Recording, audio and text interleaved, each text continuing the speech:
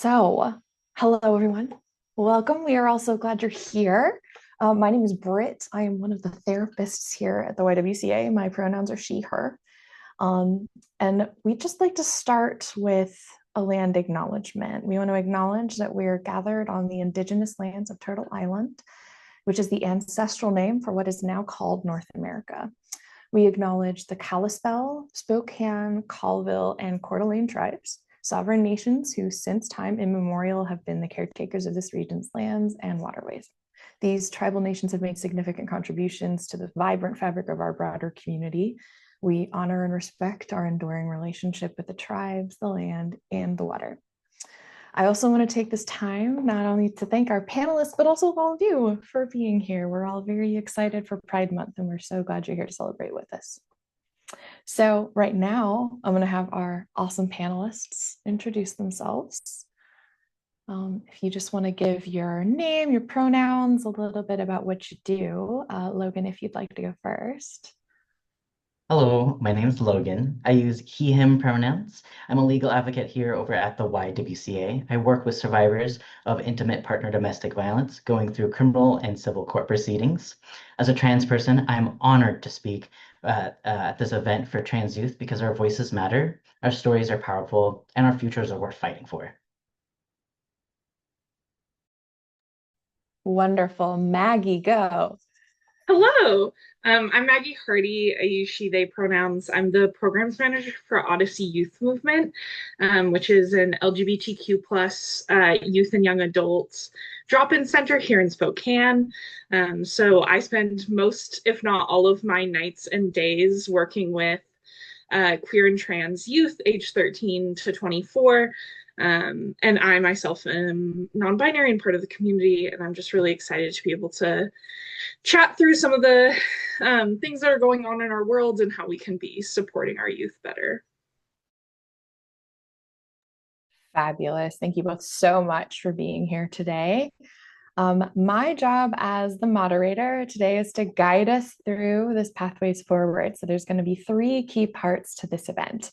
We're going to define the problem, we're going to outline some solutions, and then we're going to answer some questions. So if you have questions, you can pop them in the Q&A box at the bottom of your screen. We'll try to get to as many of them as we can with the time we have today.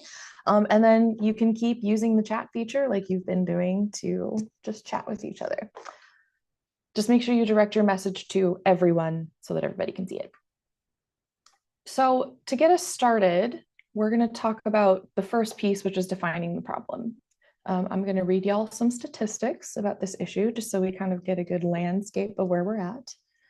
So in 2025, 920 anti-trans bills have been introduced across 49 different states. These bills exclude trans and gender nonconforming people from equitable access to education, healthcare, athletics, bathrooms, and performance. 83.1% of LGBTQ plus youth experience targeted harassment or assault at school based on personal characteristics. Transgender and gender expansive youth experience higher rates of depression, anxiety, suicide, homelessness, bullying, and substance use. I'm going to give us a second to sit with that. And we're going to remember that all those numbers represent people. So, Logan and Maggie, in your experience, what kinds of barriers to inclusion do you see for trans youth?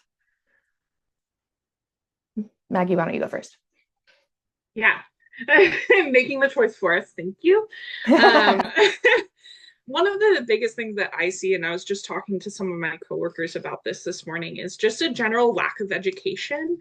I think we as the US and us as our public education system has really failed to provide adequate education to our youth about what being queer means. I remember when I was growing up, I had to find all that information out for myself.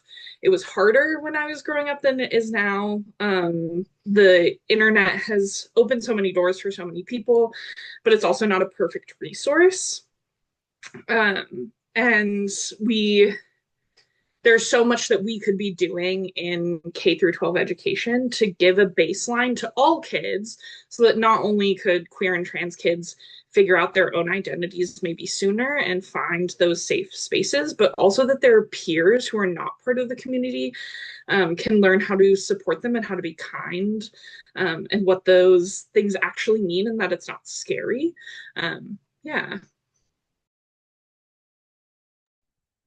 Yeah, definitely. I agree with that as well. One of the things that I actually end up learning a little bit too and seeing is not a lot of people listen to our youth, like really listen to them.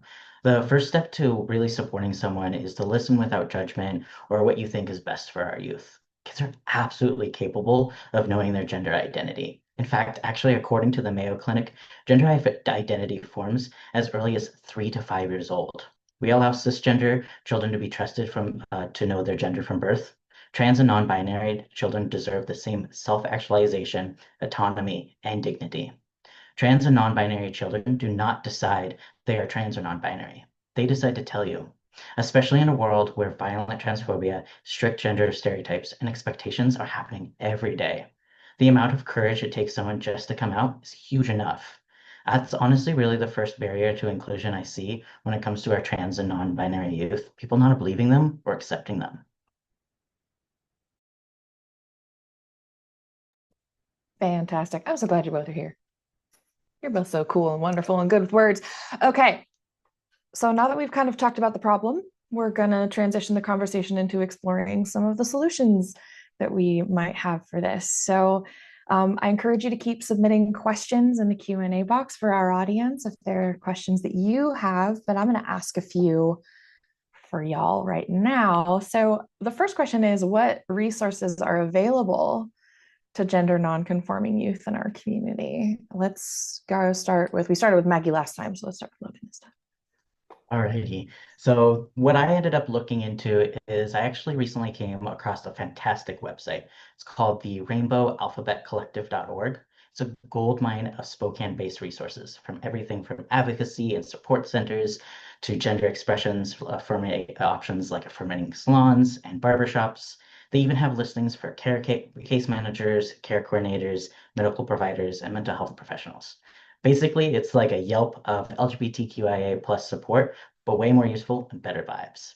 While many of these resources do tend to lean more towards adults, they're incredibly valuable for parents of trans and non-binary youth. Whether you're looking to better understand how to support your child or just want to find it in affirming the local business, this is a great place to start. Through that site also, I ended up finding another gem, the Inland Northwest Business Alliance. They connect LGBTQIA plus community and allies with inclusive local businesses. They are a comprehensive community-centered resource for discovering and supporting diverse enterprises in the Northwest. Also, honestly, it's a great excuse to shop local. At the heart of this, there's actually one simple truth. Community matters. Having access to affirming resources, whether they're local or virtual, can make a huge difference. It helps youth, parents, and adults feel seen, supported, and connected. And really, who couldn't use a little bit more of that? Maggie, go ahead. Perfect. So selfishly, I'm going to start with the fact that Odyssey Youth Movement exists. So we're located at 1121 South Perry Street, kind of at the bottom of the South Hill. And we are a drop-in center for queer and trans youth. And also young adults. So Monday, Wednesday, Friday, 3 to 8 p.m. We're open for drop-in for 13 to 18-year-olds. And then on Thursday nights from 5 p.m. to 9 p.m., we do drop-in for 18 to 24-year-olds. We provide lots and lots and lots of stuff. One is just straight up community. So they get to come meet other kids their own age, learn from our mentors. So we have a really wonderful volunteer mentor program. So we have lots and lots of queer and trans adults who are in the space being able to kind of talk through problems with kids, help get them connected to other resources. We have a wonderful staff member who helps connect folks out to things like gender affirming therapy and healthcare and housing. Because like you were saying earlier, Britt, we have a way higher rate of things like depression and anxiety and homelessness. And all of those things are very real, and they're things that I work with our youth on a daily basis of like, hey, I just got kicked out of my home, where do I go? And so that's something that even if we're not able to provide it directly, we have lots and lots of amazing contacts who are actual affirming real people in the community, who know us and who know how to support our trans youth. And then also other things. So Spectrum Center is an incredible resource. They're another nonprofit here in Spokane. And they have this program called GAP, which is their gender affirming products program. And what that does is give a certain amount of grant money to recipients. They do a youth application and and an adult application. But essentially what it does is the amount of money is as much as it would take to legally change your name, but that's not what you have to do with the money. So they'll help you buy a binder. They'll help you get new clothes. Some people get tattoos with it. Anything that could be gender affirming for you, could help you in your transition or just your day-to-day life, that can get covered through that program. Folks are able to apply for it once a year, so it's not just like a one and done situation. You can be a recipient multiple times. And then Odyssey also provides binders to folks, so we buy binders in a bunch of different sizes, and youth and young adults can come and we'll get them fit for a binder, whether it's their first binder or they need a replacement or an extra. We're here for them. There's also Spokane Pride and Spokane AIDS Network, and then just like some community resources of like places to hang out, and different organizations like the Spectrum Singers. Like if you want to join an inclusive choir, there's that. And a lot of those things, Spokane Pride has a really wonderful like pride calendar on their website, where you can see all of the kind of LGBTQ plus events going on in our community. So that's a really great resource if you're just looking to like go and meet people or get some community and connection that way. Fantastic. We do have a pretty nice community, don't we? Yeah. Okay. Our next question, and I really love this question. What is the difference between a safe space and a brave space? What do we think about that? Let's see. Logan, you went first last time, so let's have Maggie go first this time. Yeah, I think this is a really good question. I think the basis of it is a safe place is just somewhere that you get to exist and feel safe there and be able to be yourself. A brave space, I think, is broader than that, and it's more inclusive of like, I get to be everything that I am. I think sometimes in safe spaces, that's the bare minimum. That's the bar that we're trying to hit of like, this is a place that I can exist. And beyond that is, this is a place where I can be my whole authentic self, and not have anyone question that, not have to feel like you have to explain yourself or justify yourself. I think a lot of the times with trans youth, I love them so much and they teach me so much on a day-to-day basis. And they always have new terms and words and ways to describe their identities that in a safe place is not necessarily as welcome. Of like, there's a lot of confusion there. And there might be folks from outside the community who don't know about this like new pronoun set that that a kid comes with. In a brave space, it's like, I would love to think that Odyssey is that, and I'd love to be able to see our teens come up to me and be like, I'm going by stars now, and I'm going to explain to you what that means, and I'm going to explain how to use it. And I'm like, yes, please tell me.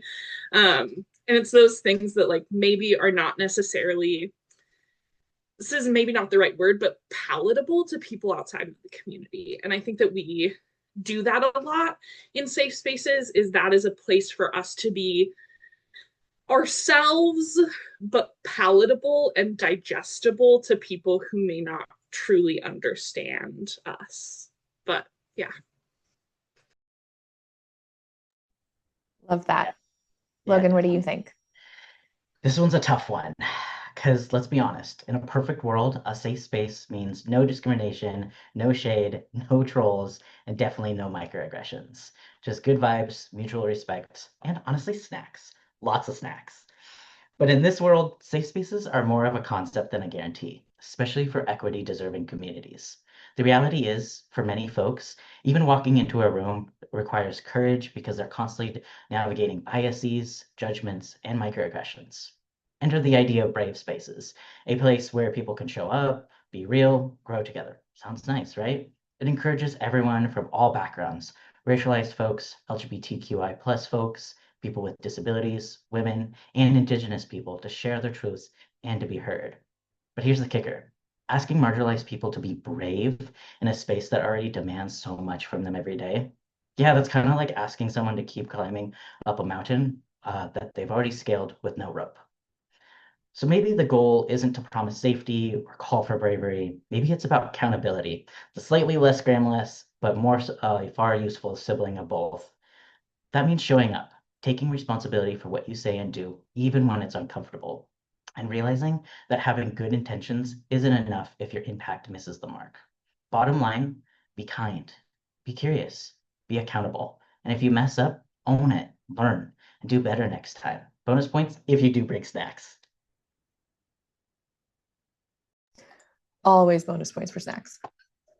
Always.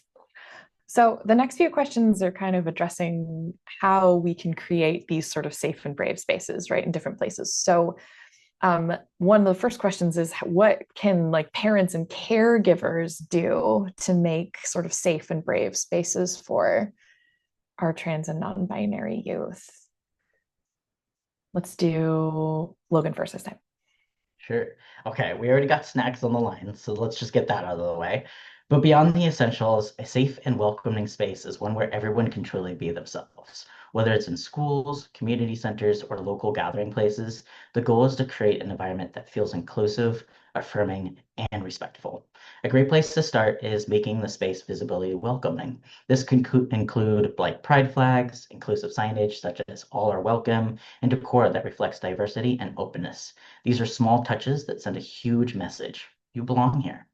The adult or youth facilitating the space should work together to create a culture of accountability. That means setting clear expectations, no tolerance for bullying or harassment, and an emphasis on respectful, supportive dialogue. Promoting positive conversations around LGBTQIA plus identities is key and helps foster a safe space where everyone feels valid. At the end of the day, creating a safe space isn't just about policies. It's about people showing up with kindness, consistency, and a commitment to make others feel seen and heard. Great. Maggie, what are your thoughts? Yeah, I think a big thing is Logan was talking earlier about like listening to and believing your queer child or queer teen. And I think it goes just beyond that, is that also as a parent, you should be educating yourself. I did advocacy trainings and like LGBTQ plus 101 trainings for a really long time. And the biggest thing I see is that people outside of the community and parents are relying on their children to educate them, which is wonderful. I love that you want to have that kind of relationship with your child. Teaching someone about who you are is exhausting. I get paid to do it. I am being compensated for that emotional labor in my career and in my day to day life. Your 12-year-old trans kid is not. And it shouldn't be on them to teach you who they are and how to respect them. There are certain things that, like, having an open dialogue, that's wonderful, talking about their needs and their wants, but the basis of it is like Google exists, resources exist, places like Odyssey exist, the internet is out there for you to go and find those resources for yourself and learn about what kind of healthcare is my child going to need, what kind of resources are they going to need, what would surgery might look like later in their life if that's something they want. Those are all things that parents and adults can be doing on their own to like create a base and then move forward and have those conversations with your kiddo about like, what do you actually want? What do you need from me in this moment? Where you already have that base knowledge to be able to have that conversation with less of that kind of emotional burden on them to teach you. Great points. Yes. Okay. What about schools? How might this look in schools? Let's start with Maggie. Yeah. One of the biggest things that I have seen in recent years is I would love to see more schools make it easier for kiddos to change their name at school, even if it's not legally changed. That is one of the biggest barriers that the teens that I work with come in with of like, hey, decided I wanted to change my name and the school is making me like go through all of these like meetings with admin and all of these processes, and to make that a little more streamlined and kind of do more education with their employees as well. I love educators. I have so many friends who are educators, and who are doing really good work. But there are also folks out there who maybe have been in the profession for a while and just are kind of like stuck in their ways, don't know things, don't know how to engage or interact with a student who might have changed their name and pronouns. And that is, I think, really important. It goes back to that education piece of like, you should be doing that before those kids come to you. It shouldn't have to be a learning curve where this kid is coming in and is getting misgendered and dead named for however many days or weeks or months until you finally figure it out and learn. Like that should be like right off the bat, every year you should be having that training and continually educating the folks who work in schools. Um, yeah, yeah. And just for anyone watching who doesn't know, misgendering is using incorrect pronouns for someone, and dead naming is using an incorrect name. That's what those two terms mean. Logan, do you have any thoughts on schools? Yeah, thank you for those definitions as well. I really appreciate that. So when I was kind of looking into this, I was kind of looking into kind of like how schools could implement a plan. I actually found a really good plan on I think it's a document that was back in the system called Schools in Transition, a guide for supporting transgender students in K to 12 schools.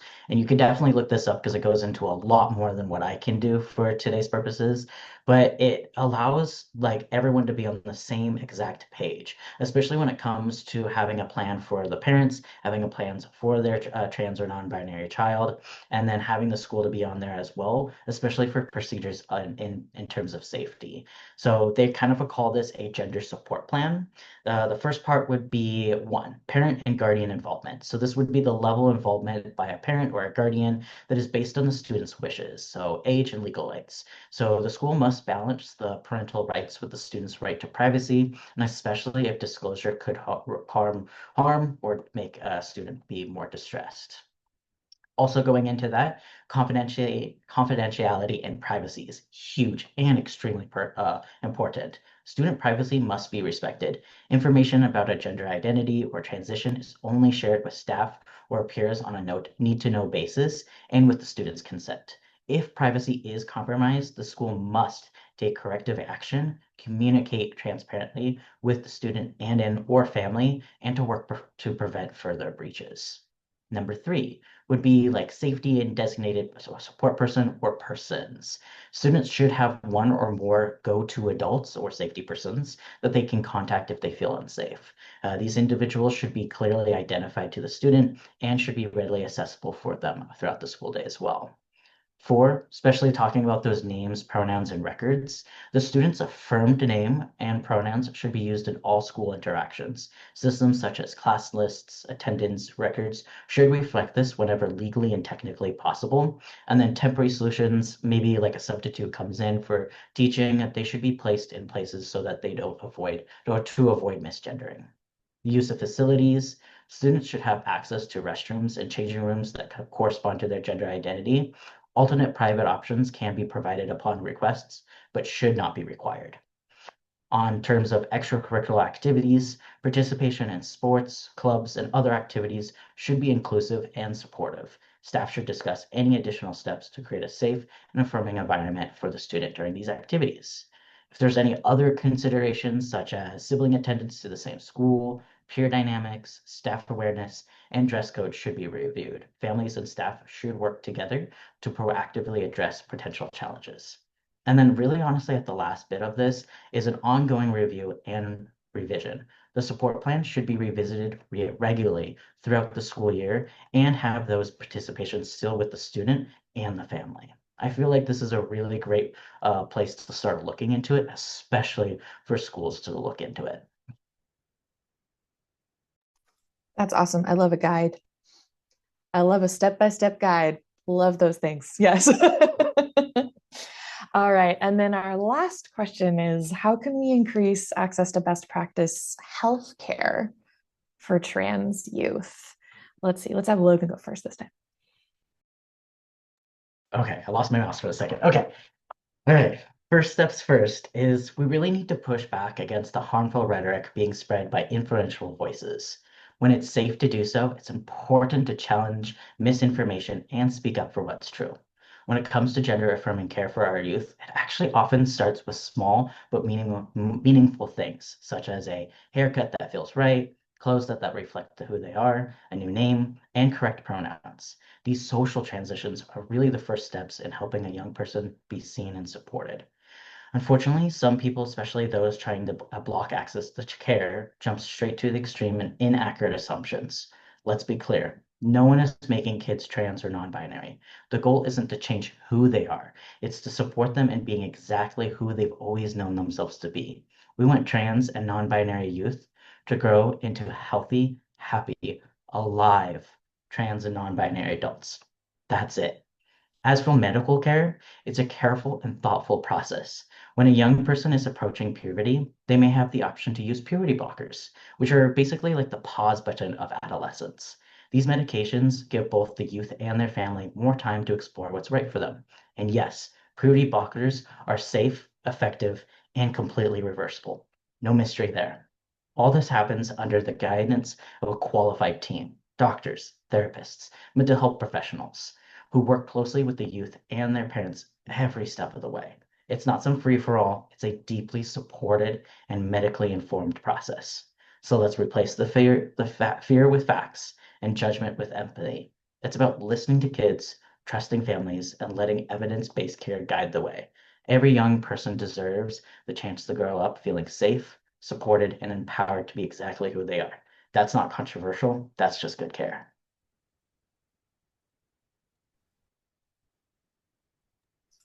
Co-signed. Maggie, what do you Yeah. think? I mean, that covers most of it. One of the big things I think is I think we forget because we're in Washington and we have such a supportive state government that we forget that anti-trans legislation is still happening in our state. So there's a website called translegislation.com and it tracks all of the anti-trans bills in the entire United States that have been introduced in the legislature. In Washington this year, there have already been 8 bills proposed. At least 2 of those have something to do with trans healthcare. In the US as a whole, there have been about 920 bills introduced throughout the US, and 112 of those have passed this year. So I think it's really important to be politically active. I think sometimes that is exhausting, especially right now. We want to kind of like hole up in our own little spaces and try to forget about the things that are happening in our world. But it's really important for us, especially people who are advocates and allies, to spend their energy doing some of that work on the part of the trans community and to be able to go and speak up. I know recently we had some really amazing protective ordinances passed in city council in Spokane recently. And part of that is due to the wonderful folks who showed up to testify during city council meetings. doing things on a local level, on the city level, is so, so, so important. The things that are happening in our city are going to directly impact our trans youth much quicker than the things happening on the state or national level. And so being politically active, making sure that you're tracking those things. It sucks to have to have that as part of your brain power. But to be aware of the things that are kind of happening in our state and national legislature and the ways that you can be advocating and speaking up for that is really important. And then there's also some like really great resources in Spokane as far as getting someone connected to affirming healthcare. So Spectrum Center has a resource that is a huge compendium of trans and LGBTQ plus inclusive and affirming healthcare providers. And so that ranges from literally everything from like family practice to dental care to mental health services. And so using something like that and using those resources that are already out there for you to say like, oh, my current like pediatrician is not super inclusive of my child's. Let me start looking for someone who is, because getting them into the office of someone who will actually listen to them and actually hear them is the first step for them getting the healthcare that they actually need. It starts with the provider and it starts with you. So.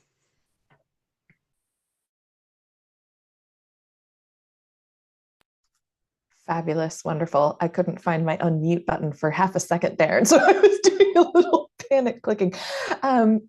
Okay, y'all have given some wonderful answers so far. Now we get into our Q&A section of today's panel. So y'all have been sending in some wonderful questions. You can keep doing so. We're going to try to get to as many of them as we can. The first question that I've got here that someone submitted is, how can I create safe spaces and make those spaces known in the face of federal changes to grant requirements, language becoming shadow banned, and an overall foreboding presence of danger to the work that we do? First of all, yeah. Yeah, that. But what do y'all think? Let's see. Maggie, you can go first this time. I also couldn't find it for a moment. It was not working. I think I've been thinking about this a lot, and we as staff have been thinking about this a lot. And I think that we, in a space like this and in a time like this, there is a want and maybe an inclination to kind of go inward, to make ourselves smaller, to make ourselves less visible in order to protect ourselves. I think that that is ultimately going to be unhelpful. The times and places in which we as adults and we as youth workers and allies and advocates, if there is a space where we can be loud and we can be proud and visible, so that other people can the people who are actually like more at risk and more vulnerable can kind of take a step back and be a little bit quieter if they need to. We need to take that step for them and be like, I am here, I'm loud, I'm proud. We just like re-put up our banners outside. And so like, we're so like visibly queer right now, which I love. But yeah, finding the spaces in which you can do that so someone else doesn't have to. I think in terms of like shadow banning and that kind of stuff, I hear you. It's so bad. And I think that we, again, should be kind of trying to be hyper local. I think that's going to be our friend in the end. Love trees. Let's make paper posters. Like, let's find ways to kind of circumvent that. by trying to connect in person more. And I think we've had a hard time getting back to that post quarantine and all of those things. And we became like even more reliant than before on social media and on the internet in order to connect. And I think getting back in person and doing that safely, please like mask and be safe and still be COVID conscious. But to get back in person and do things and connect physically with folks, I think is going to be your friend. Yeah, social media, corporations are not your friend. They don't want you there. I'm sorry to say, and that's pretty apparent. And so things like Spokane Library just hosted Spokane Zine Fest. Things like that can actually be really helpful. They might not seem like a lot, but dropping off posters to GSAs or to Odyssey or to other places where you know that queer and trans youth are going to be is a really good way to like get those resources. Like if I know about the thing, then I can connect the kids I see every day to them. So yeah, hyper local. I really encourage like getting super connected to the Spokane community specifically. We stretch ourselves too thin sometimes and try to go a little broad when we should be supporting the folks in our direct communities. Great. Logan, what do you think? Absolutely. This question's hard as well. I would say, and this is what something I've been thinking on, is pride has always been a protest. It's a bold stance against the criminalization of our identities, a refusal to be pushed into the shadows, denied our humanity, and stripped of our rights. The truth is simple. LGBTQIA plus people aren't going anywhere. No matter how hard they try to silence or erase us, we will persevere and thrive. So what can we do? Plenty. And it starts with small, consistent acts of that would build real change. I would say going for the first one is stay the course.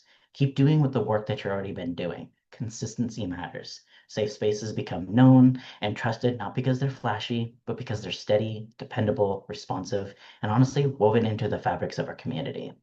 Go beyond the rainbow. A sticker on the door is nice, but true safety is about what happens inside the space. It's about creating an environment where harassment isn't tolerated, boundaries are respected, and marginalized identities are affirmed.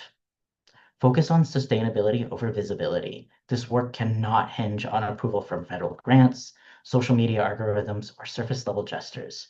Real support is rooted in our relationships, reinforced through diverse means, and built to last when times are tough. And honestly, what I really feel is take care of your people. This work can be heavy and the climate is hostile, but you're not in this alone.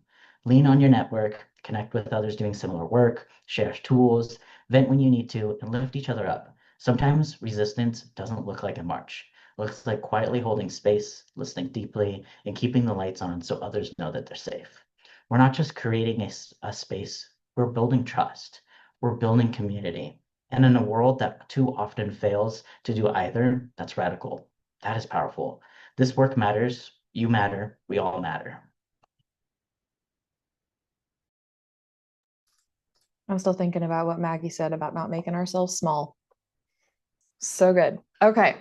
This next question from a participant: how can someone who works in healthcare but is not a part of the community best accommodate and help the patients that do identify as trans or non-binary but do not feel comfortable talking to me about what they need? Is there any lingo or therapeutic communication techniques? Logan, you can go first this time. That's an excellent question. And the fact that you're already asking that is already showing a commitment to doing better, which already puts you ahead. Supporting trans and non-binary patients as a healthcare provider starts with intentional respect, awareness of power dynamics, and trauma-informed communication. One of my favorite signs of an affirming space is seeing a pride or a pronoun pin on a staff member. It's a small, visible gesture that makes a huge difference. And who doesn't love a fun pin? If that's not possible, there are plenty of other subtle ways to show support, such as my Apple Watch band. When meeting with a patient, start by introducing yourself with your name and pronouns. Invite them to do the same. Use inclusive intake forms with that ask for name, pronouns, gender identity, and sex assigned at birth, with options beyond just binary choices. Let the patient lead the conversation. Don't make assumptions, and unless something is critically necessary, don't push. Always practice trauma-informed care.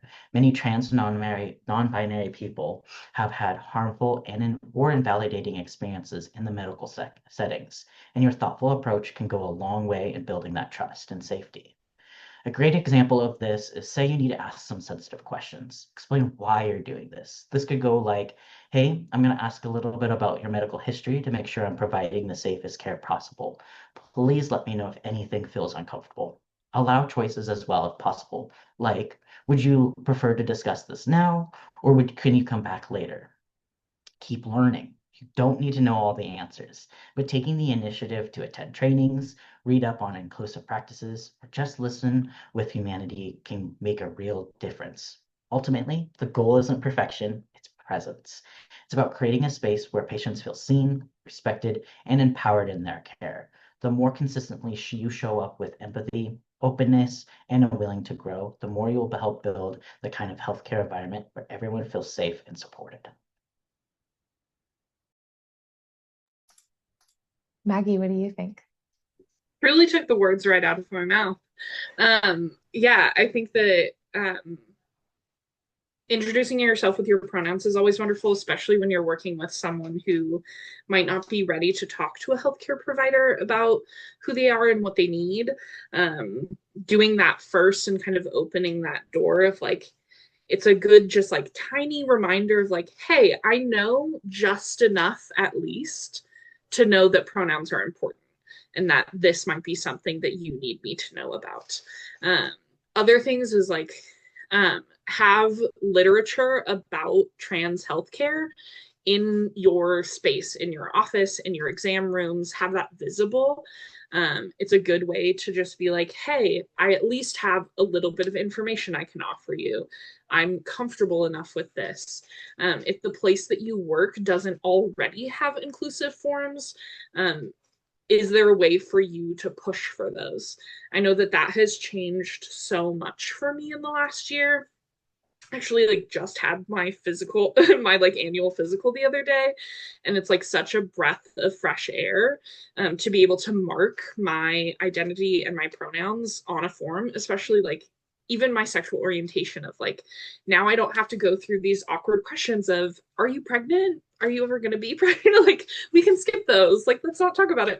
um but those kinds of things, like if you don't already have those on forms, are there ways that you can try and get the places that you work for to incorporate that? It's really, really important. And it takes so much pressure and anxiety off of your patient to not have to start that conversation and not have to come out to you, because we are always like, as queer and trans and non-binary people, coming out every single day of our lives forever. We like to think it's like this one event that happens. Like, I came out of the closet when I was 16. Like, it's all over now. And that's just not true. It's an ongoing process, and it never gets easier. And it's always scary and it's always hard. And so doing the things we can do to make that easier, like Logan was saying, is essential. Creating that space where someone can feel comfortable and can be safe enough to ask for what they actually need.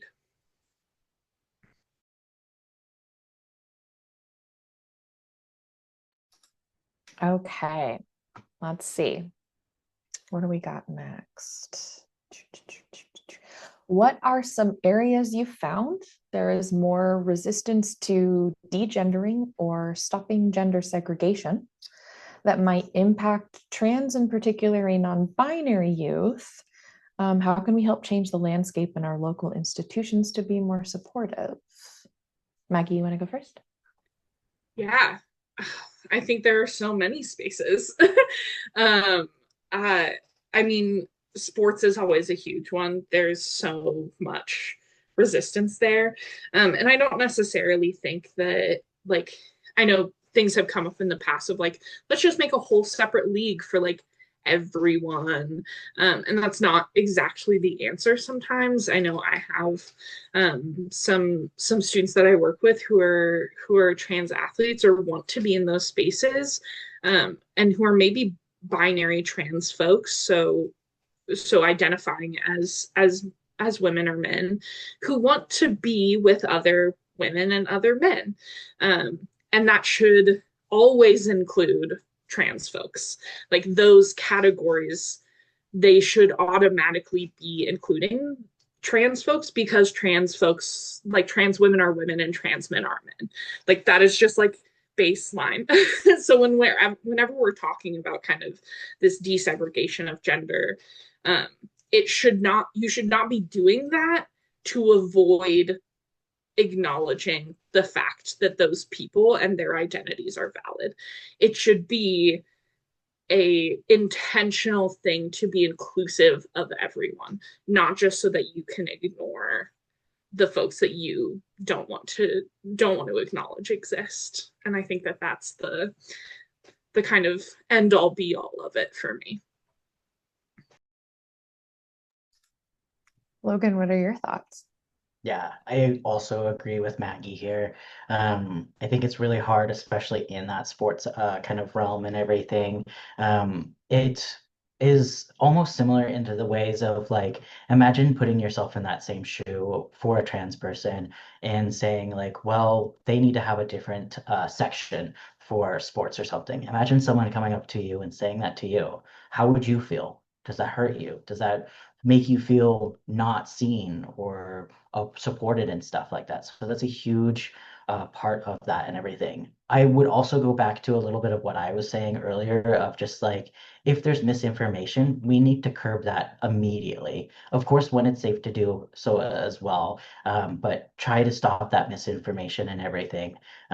It reminds me a little bit of kind of the conversation, and I'll kind of get back to this as well, is there's a wonderful book that I highly, highly recommend everyone to go read. It's at the library, I promise. I have it on hold as well, so I'll release that hold so everyone else can read it. But it's called The He, She, They: A Guide to Gender and Why It Matters by Skylar Blair. I think he does go into a really good example of when it comes to sports and stuff like that. We always talk about how when it comes to sports that, oh, well, men have men bodies and women have women bodies, and that's why they're best at sports and stuff like that. Well, we can go a little bit more deeper into that. A really great example that he uses in his books is Michael Phelps, the Olympic swimmer. He just happens to have a really long arm span. Does that not give him an advantage? I don't know. So those are the things that can come up as well.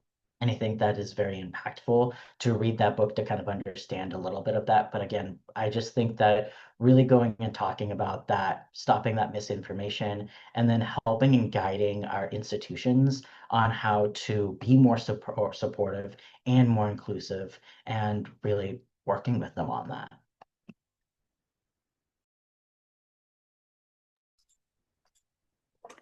We have had so many wonderful questions and answers today. I wish we could get to all of them because they're all wonderful. But we do kind of need to wrap up for the day. So we appreciate everyone here. We appreciate everyone participating and sending in your questions.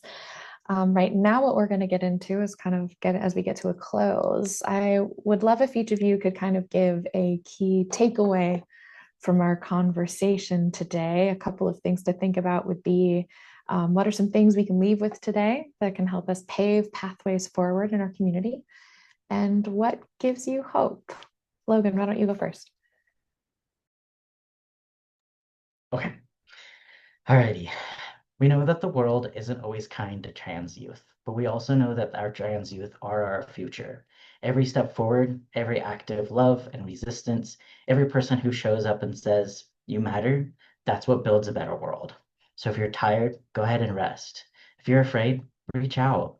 And if you're wondering whether it's worth it to keep going, let me tell you, it is.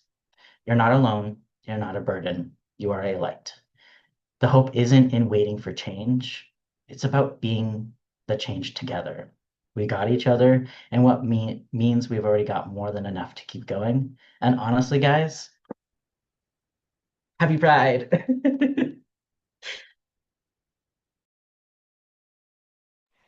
Yay. All right, Maggie, what are your thoughts? Yeah, I think my big takeaway is if you're going to take anything out of this conversation, is that you should be listening to and prioritizing trans voices.